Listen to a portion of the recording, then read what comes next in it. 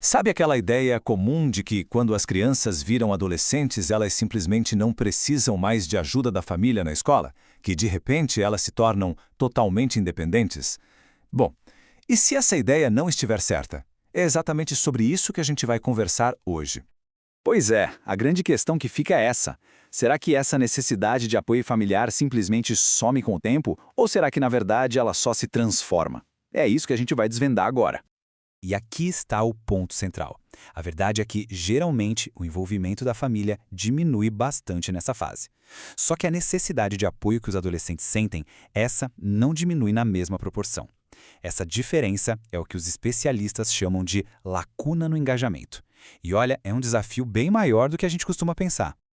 E as pesquisas sobre o assunto são super diretas. A mensagem é claríssima. O envolvimento da família continua sendo fundamental para o desenvolvimento dos adolescentes. Isso não é um palpite, sabe? É uma conclusão baseada em muitos estudos que bate de frente com aquela nossa ideia inicial.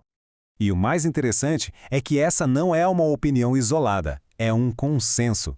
Profissionais da educação, as próprias famílias, pesquisadores, todo mundo concorda. Mas talvez o mais importante de tudo, os próprios jovens também sentem falta e confirmam essa necessidade. Ou seja, todo mundo está na mesma página sobre a importância desse apoio. Então, o X da questão é o seguinte: a necessidade de ter a família por perto não vai embora. O que precisa mudar, e muito, é a forma como esse apoio acontece. É como cuidar de uma planta, né? Quando ela cresce, a gente não para de regar. A gente só ajusta a quantidade de água, talvez coloque uma estaca para dar suporte. A ideia é criar estratégias novas, que respeitem a busca por autonomia deles, mas sem nunca deixar de estar presente. Ok, o problema está claro, mas e a solução? Como é que se faz isso na prática? A boa notícia é que existe um guia, quase um mapa mesmo, para ajudar a construir essa parceria tão necessária entre a escola e a família. E quem nos apresenta esse caminho é uma super especialista no assunto, a doutora Karen Mapp. O trabalho dela literalmente mudou o jogo, mostrando como as escolas e as famílias podem e devem trabalhar juntas.